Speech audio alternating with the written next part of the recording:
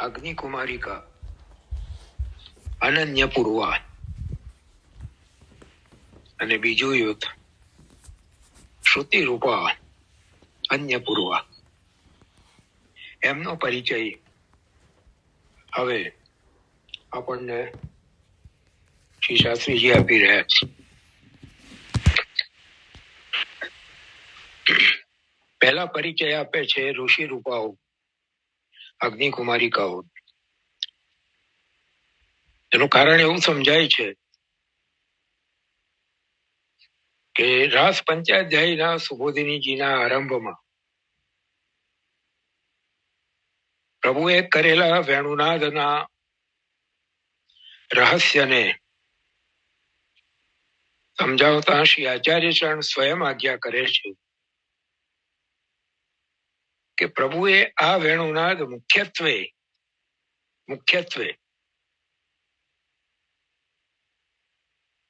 આ ઋષિ રૂપાઓ, અગ્નિ કુમારિકાઓ, અનન્ય પૂર્વાઓ માટે કર્યો છે. કારણ કે વ્રતચર્યાના દિવસોમાં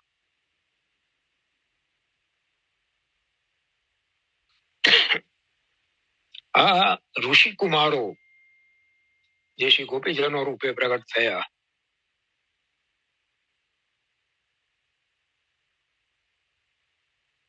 એમને એમના વ્રતના ફલ રૂપે પ્રભુએ હેમંત ઋતુના સવારના સમય આ રાત્રિઓના દર્શન કરાવીને કહ્યું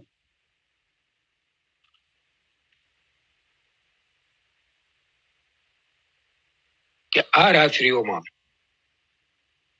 હું તમારા મનોરથ પૂર્ણ કરીશ.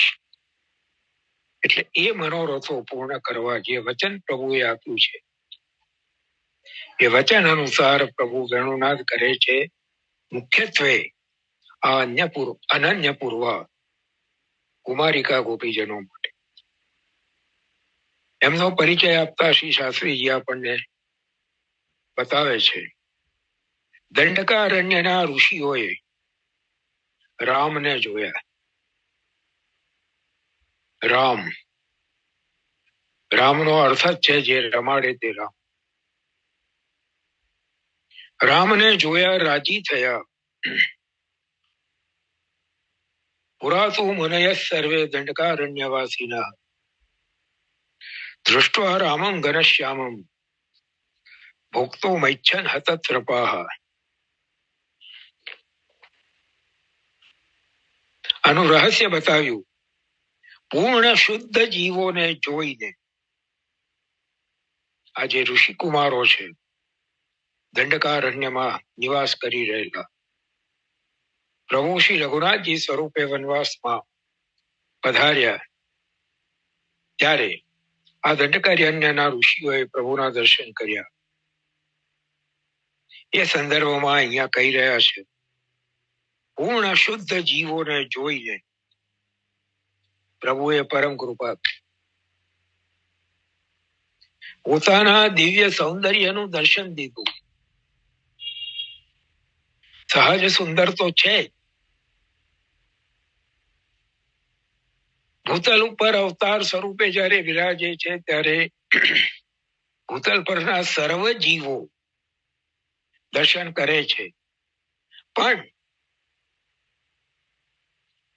અહીં જેના ઉપર વિશેષ કૃપા કરવા ઈચ્છે છે, પરમ કૃપા કરવા ઈચ્છે છે, એમને દિવ્ય સૌંદર્યનું દર્શન આપે છે. મનુષ્ય સ્વરૂપે લીલા માનુષ્ય રૂપ તુલસીદાસજીએ ગાયું છે. તો એ મનુષ્ય સ્વરૂપે મનુષ્ય આકૃતિ સ્વરૂપે તો સર્વને દર્શન આપે છે, પણ દર્શન કરતામાં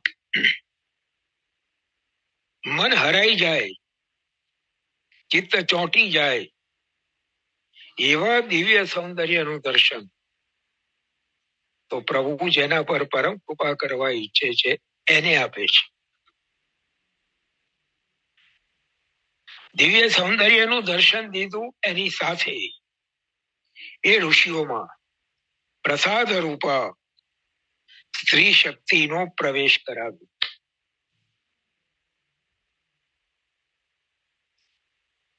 અને એના પરિણામે એ ઋષિઓમાં ભીતર રહેલો સ્ત્રી ગૂઢ ભાવ પ્રગટ થયો. એમણે અનુભવ્યો પુરુષ તે સ્ત્રીય ભાવ ઉપજો સભે ઉલટી રીતિ. આ કૃપા માર્ગ છે. સ્વરૂપ લાવણ્ય કેવું અદભુત હશે,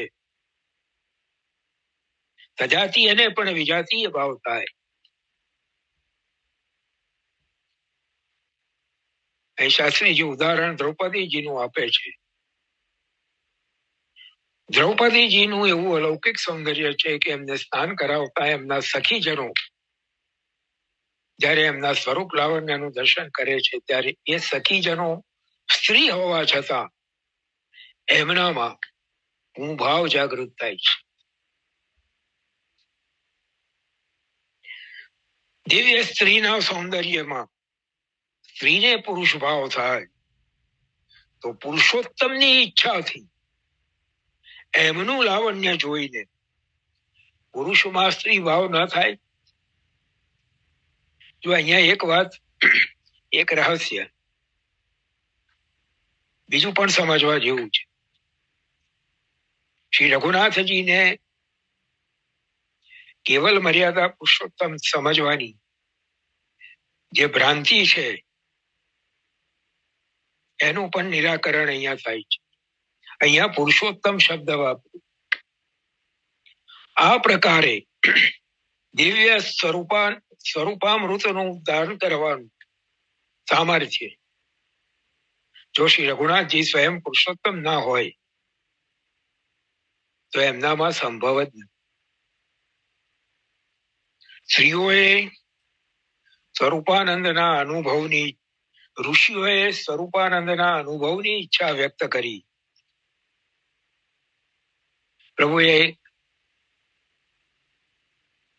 વરદાન આપ્યું. અત્યારે આ સ્વરૂપે વેદ મર્યાદાનું રક્ષણ કરવા પ્રગટ થયો છું.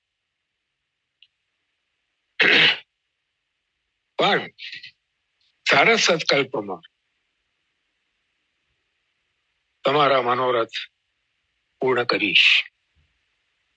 સારા સત્કલ્પમાં પુષ્ટિ પુરુષોત્તમ કૃષ્ણ પધાર્યા. શાસ્ત્રીજીએ જે ઠેકાણે બતાવ્યું છે, શ્રી રામ સ્વરૂપે પ્રભુમાં મર્યાદા સ્થાયી ભાવ છે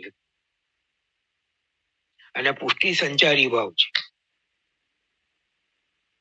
સ્થાયી ભાવ પ્રભુનો શ્રી રામ સ્વરૂપે મર્યાદાનો છે, પણ સંચારી ભાવ પુષ્ટિનો વખતો વખત અવસર પામીને પોતાના, જેમ અહીંયા ઋષિઓ પર કૃપા કરી, ઋષિ કુમારો પર, એમ પોતાના નિજજનો પર કૃપા કરવાની જયારે ઈચ્છા થાય ત્યારે પુષ્ટિ પ્રભુ પ્રગટ કરી દે છે. એટલે શ્રી રામ સ્વરૂપે મર્યાદા સ્થાયી ભાવ છે, પુષ્ટિ સંચારી ભાવ છે, જ્યારે શ્રી કૃષ્ણ સ્વરૂપે પુષ્ટિ સ્થાયી ભાવ છે અને મર્યાદા સંચારી ભાવ છે. સારા સત્કલ્પમાં પુષ્ટિ પુરુષોત્તમ કૃષ્ણ પધાર્યા. શ્રી ભાવ પૂર્ણ ઋષિઓ કુમારિકાઓ રૂપે પધાર્યા. સ્વરૂપાનંદના અનુભવે રાસમાં કૃતાર્થ થાને માણી. શ્રુતિ જે, હવે શ્રુતિ રૂપાની વાત કરે છે, શ્રુતિ જે સ્વરૂપનું ગાન કરતા હતા, કલ્પો સુધી શ્રુતિઓએ આ સ્વરૂપનું ગાન કર્યું છે, વર્ણન કર્યું છે, પણ એનો આનંદ અનુભવ રાસમાં માણ્યો, કૃતાર્થ થયા. શ્રુતિ અને સ્મૃતિ બંને પ્રભુનું જ ગાન કરે છે ને, પણ સ્વરૂપાનંદ તો આજે સમજાતો હતો. અનુભવ વગરના ગાન ઘણા કર્યા હતા. આજે તો સ્વાનુભવ પછી સ્વાભાવિક ગાન થતું હતું. આ ગોપી ગીતની વિશેષતા છે. પ્રભુના સ્વરૂપનો અનુભવ પ્રભુ વ્રજમાં પ્રગટ થયા ત્યારથી શ્રી ગોપીજનો કરતા રહ્યા છે. જુદા જુદા પ્રકારે જુદી જુદી લીલાઓથી જુદા જુદા ભાવોથી સંયુક્ત થઈને, અને એ અનુભવ આજે ગાન રૂપે સ્વાભાવિક પ્રગટ થઈ રહ્યો છે. આ લાભ જો રાસલીલાની અલૌકિકતા, દિવ્યતા, અપ્રાકૃતતા એને સતત અનુસંધાનમાં આપણે રાખવાની છે. અને તો જ આ વેદના શ્રુતિઓ અને ઋષિઓ જે શ્રી ગોપીજન થઈને પધાર્યા છે, એમના દ્વારા કરાયેલા આ ગીતને યથાર્થ રૂપે આપણે સમજી શકીશું. વેદની શ્રુતિઓ અને બ્રહ્મનિષ્ઠ મુનિઓ, ઋષિઓ કોઈ લૌકિક વ્યક્તિના ગુણગાન કરે નહીં, કોઈ લૌકિક ક્રિયાનું વર્ણન કરે નહીં. આ વાતને સતત અનુસંધાનમાં રાખવાની છે. જેને 3 દિવસ પછી તક્ષક નાગના દંશ દ્વારા મૃત્યુ નક્કી છે, એવા મહારાજ પરીક્ષિત અને જેમની દ્રષ્ટિમાં સ્ત્રી કે પુરુષનો કોઈ ભેદ નથી, એવા પરમહંસ શ્રી શિવજીનો અવતાર, મુનિનામ ગુરુ, મુનિઓના ગુરુ એવા શ્રી સુખદેવજી, આ બે ભેગા થઈ સમસ્ત પાપોનું દહન કરનારા, સમસ્ત પાપોનો ધોઈ નાખનારા ગંગાજીના કિનારે બેસીને, જે પ્રભુના ચરણના જલથી પ્રગટ થયા છે, એવા ગંગાજીના કિનારે બેસીને આ મુનિઓના ગુરુ શ્રી સુખદેવજી અને પરમ વૈરાગ્યપૂર્ણ મહારાજ પરીક્ષિત એ પરસ્પર કોઈ લૌકિક ક્રીડાનું ગાન કરે, કોઈ લૌકિક વ્યક્તિના ગુણગાન કરે, એ સંભવ નથી.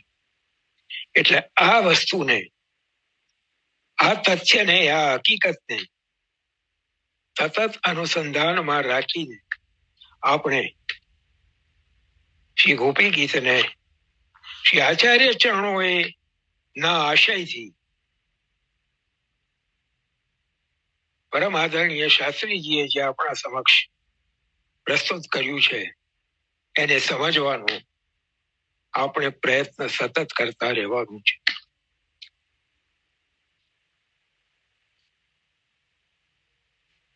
કેવલ પુરુષ કે સ્ત્રી દેહથી આ લાભ મળતો નથી. શરણાગત ઉત્તમ યજ્ઞ પત્નીઓને નથી મળ્યો. દશમ સ્કંદમાં સાધન પ્રકરણમાં એમની કથા આવે છે. ગોપ બાલકોને એમની ભૂખનું નિમિત્ત બનાવી ભોજન લેવા માટે પ્રભુએ મોકલ્યા, અને યજ્ઞ પત્નીઓ પ્રભુના સુખાર્થે, પ્રભુની પ્રશંસા માટે અનેક પ્રકારના વ્યંજનો લઈને પ્રભુને અને ગ્વાલ મંડળીને ભોજન કરાવવા માટે પધાર્યા. એ શરણાગત ઉત્તમ, કારણ વર્ણથી બ્રાહ્મણ છે, એટલું જ નહીં, યજ્ઞનિષ્ઠ બ્રહ્મ જ્ઞાની એવા બ્રાહ્મણોના અર્ધાંગિનીઓ છે, યજ્ઞમાં દીક્ષિત થયેલા છે અને સાથે સાથે પ્રભુના શરણાગત પણ છે. પણ એવા શરણાગત ઉત્તમ યજ્ઞપત્નીઓને આ લાભ નથી મળ્યો, પણ શુદ્ર પુલિંદીજીઓને મળ્યો છે. વેણુ ગીતના સુબોધિનીજીમાં પ્રસંગ શ્રી આચાર્ય શરણોએ ખૂબ સુંદર રીતે સમજાવ્યું છે. પુલિંદી ભીલ જાતિ, શુદ્રથી શુદ્ર, વનવાસી, નથી કોઈ વ્યવહારનું જ્ઞાન, નથી કોઈ અધ્યાત્મનું જ્ઞાન, નથી કોઈ સંસ્કાર, પણ એમને મળ્યો છે. ગોપોને નથી મળ્યો, ગોપીજનને મળ્યો છે.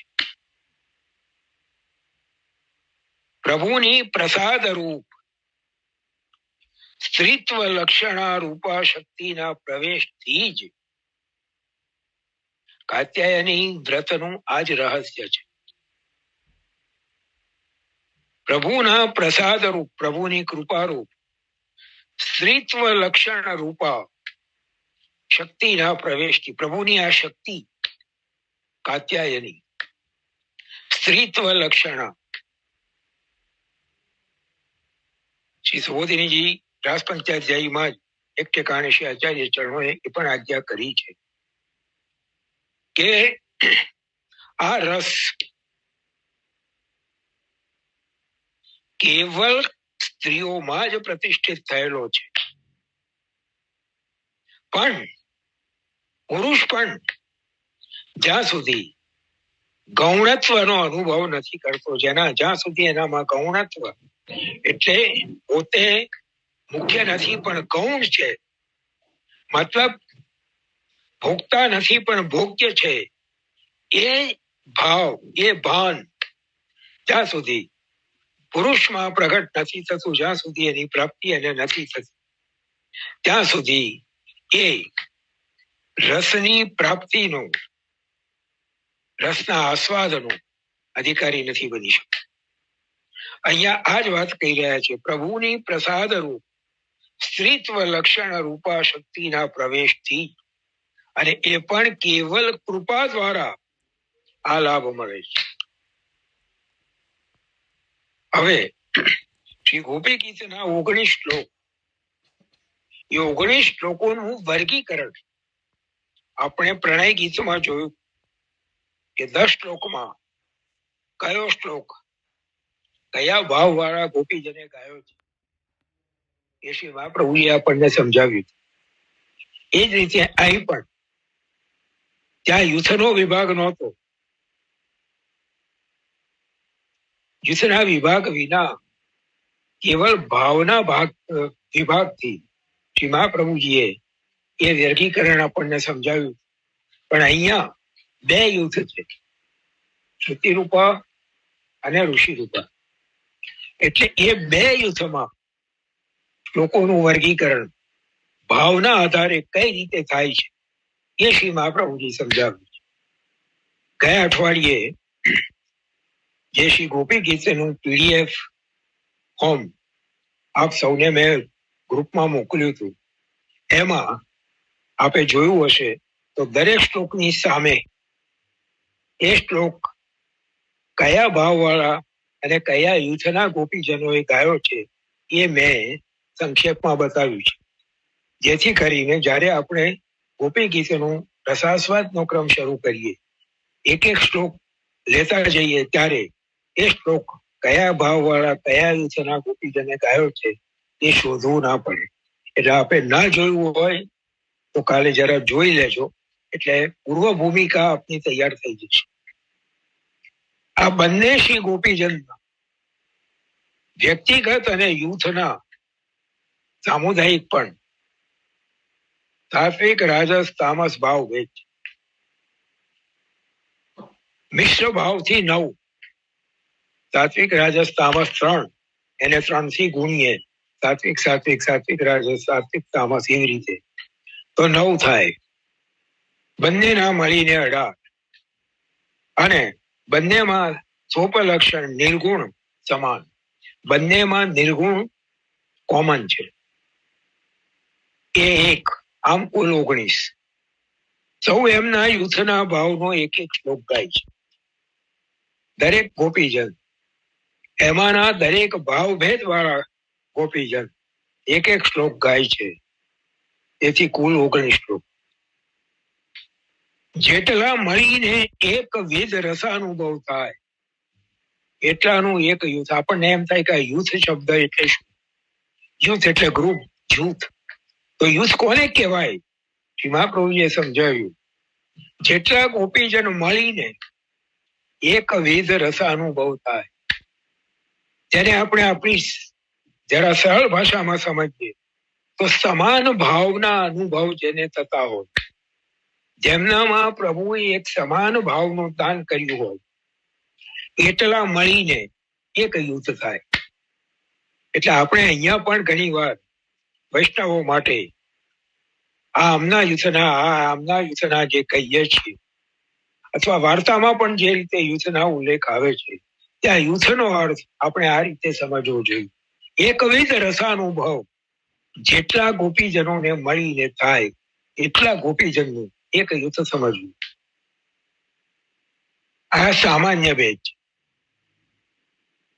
સામાન્ય વિશેષના એ અન્ય રીતે પણ ભેદ સંભવે છે. બે રીતે વિભાગ, સામાન્ય અને સામાન્ય વિશેષ, બે રીતે વિભાગ શ્રી આચાર્ય ચરણોએ કર્યા છે. પણ મુખ્યત્વે વધુ કરીને જે પ્રથમ વિભાગ છે એ પ્રથમ વિભાગ માન્ય કરવામાં આવે છે. વ્યાખ્યાકારો પણ એ વિભાગને અનુસરીને જ ગોપી ગીતના શ્લોકોની વ્યાખ્યા કરે છે. પ્રથમ વિભાગમાં એવું છે, પહેલો શ્લોક, બીજો શ્લોક અને ત્રીજો શ્લોક. આ 3 શ્લોક અન્ય પૂર્વ એટલે શ્રુતિ રૂપાઓના ગાયેલા બતાવ્યા. એમાં પહેલો રાજસ સાત્વિકનો, બીજો તામસ સાત્વિકનો અને ત્રીજો સાત્વિક સાત્વિક. ચોથો શ્લોક નિર્ગુણ ગોપીજને ગાય. પછી 5મા શ્લોકથી 5, 6, 7 આ 3 શ્લોક અનન્ય પૂર્વા એટલે ઋષિ રૂપાઓએ, કુમારિકાઓએ ગાય.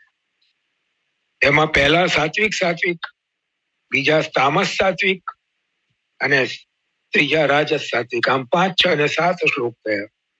એમાં ફરી પાછો 8મો શ્લોક નિર્ગુણ ગોપીજને ગાયો.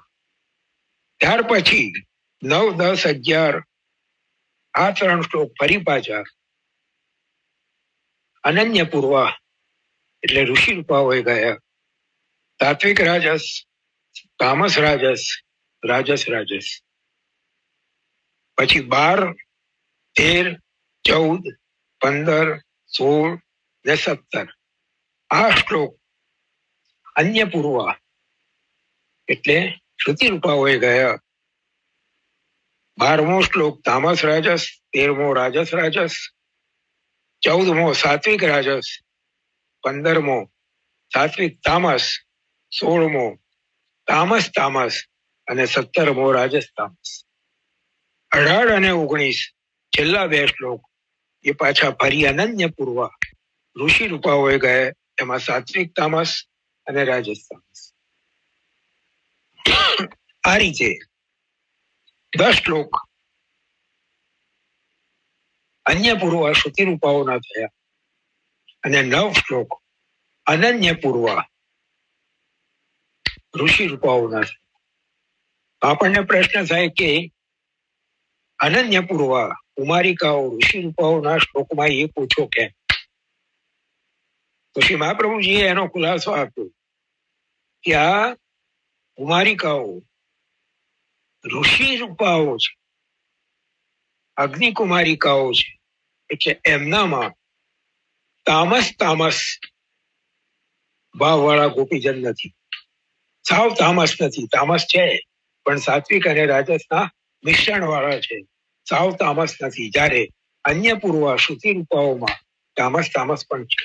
એટલે એના કારણે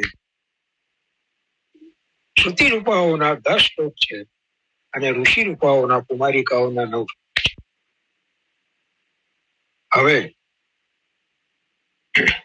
આપણે શ્રી ગોપી ગીતના પ્રથમ શ્લોકથી શ્રી ગોપી ગીતનો પ્રારંભ કરવા જઈ રહ્યા છે. ભાઈ, કેટલો ટાઈમ છે આપણી પાસે? 4 જ મિનિટ છે. 4 મિનિટ છે. શ્રી ગોપી ગીતનો આરંભ કરતા પહેલા એના આરંભમાં શ્રી ગોપીજનના ચરણોમાં વંદન કરી આપણે આરંભ કરીએ.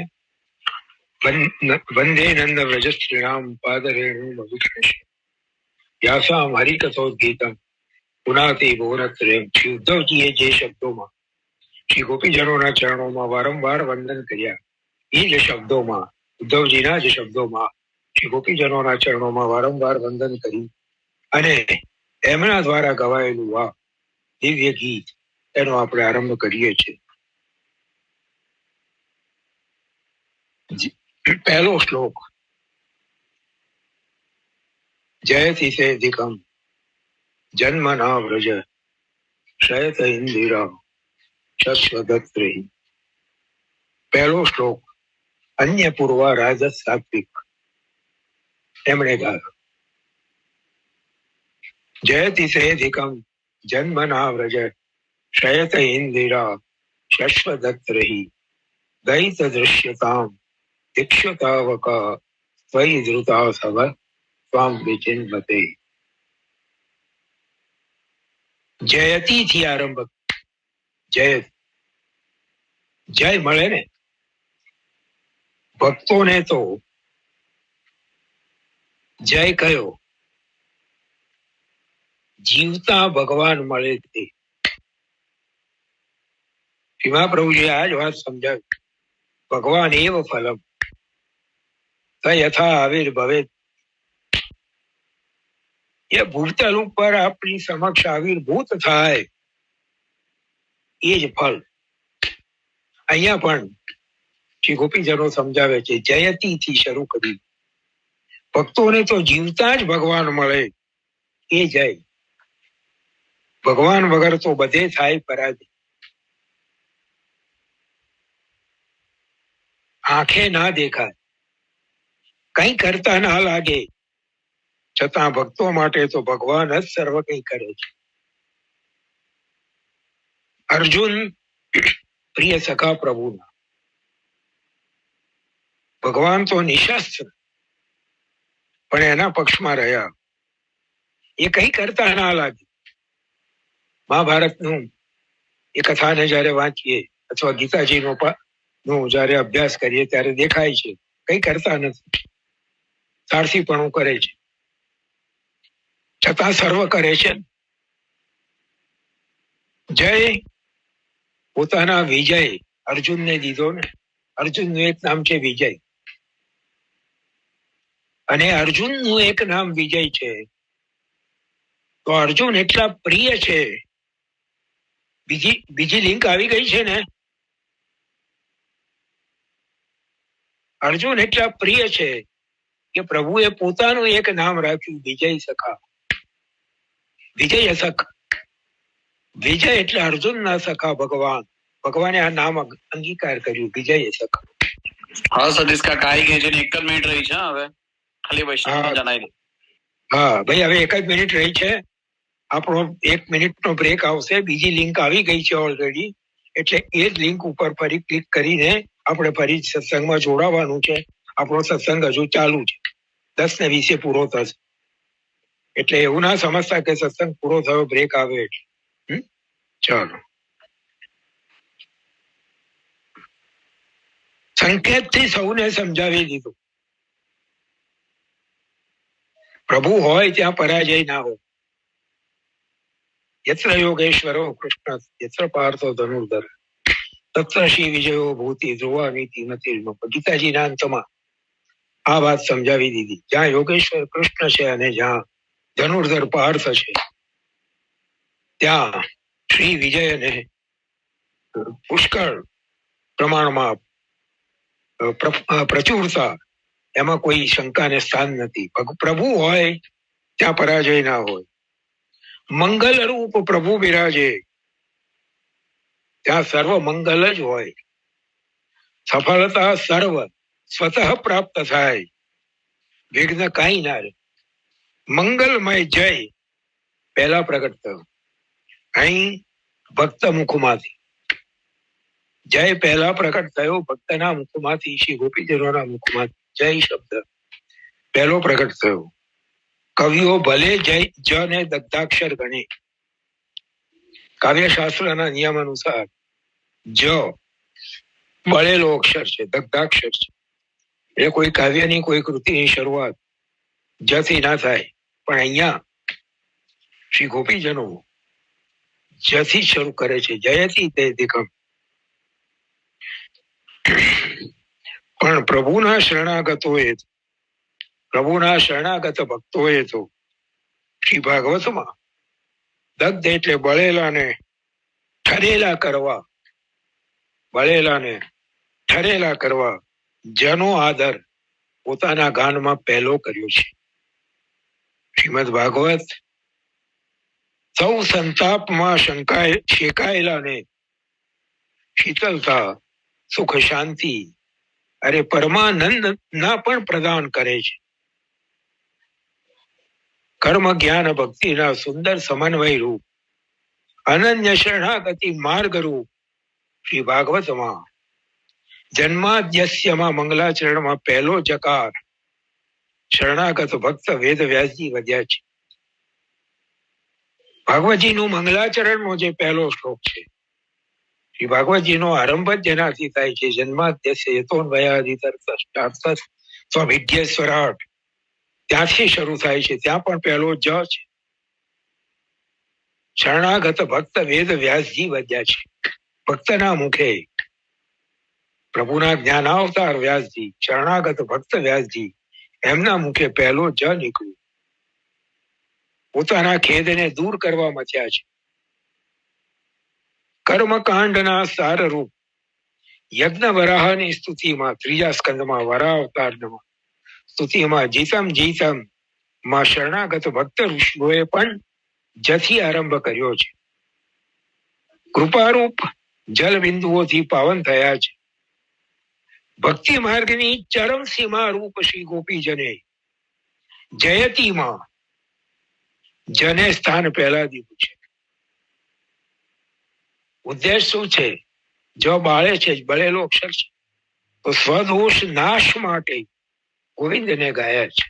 પોતાનામાં રહેલો જે માન મદનો દોષ છે એને બાળવા માટે, એનો નાશ કરવા માટે ગોવિંદને ગાયા છે.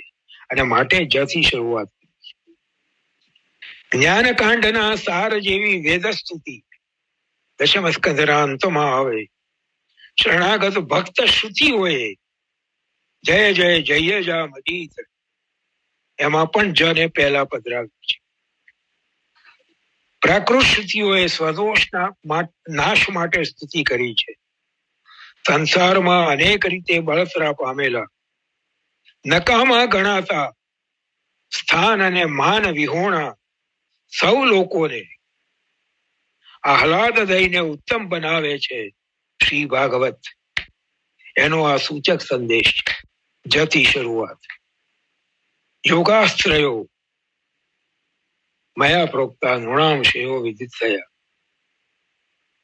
જ્ઞાનમ કર્મશ્ચ ભક્તિશ્ચ નોપાયો ન્યોસ્તિ.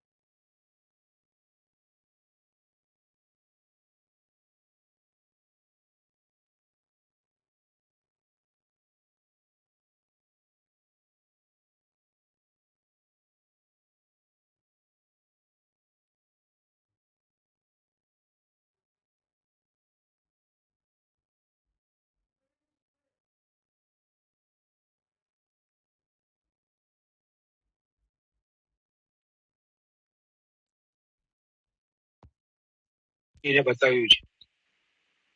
કે માણસોના કલ્યાણ માટે, મનુષ્યના કલ્યાણ માટે મેં 3 યોગ બતાવ્યા. જ્ઞાન, કર્મ અને ભક્તિ. એ સિવાય ક્યાંય બીજો કોઈ માર્ગ નથી, કોઈ ઉપાય નથી, એવું સ્પષ્ટપણે પ્રભુએ ઉદ્ધવજીને કહી દીધું છે. પ્રભુએ સૌ જનના કલ્યાણ માટે 3 યોગ કયા છે. જ્ઞાન, કર્મ અને ભક્તિ. એ વિના કલ્યાણનો બીજો કોઈ માર્ગ નથી. આ ત્રણેયમાં પણ જેને સ્થાન નથી, આ 3માંથી પણ કંઈ કરી શકે એવા નથી, એવા તદ્દન અયોગ્ય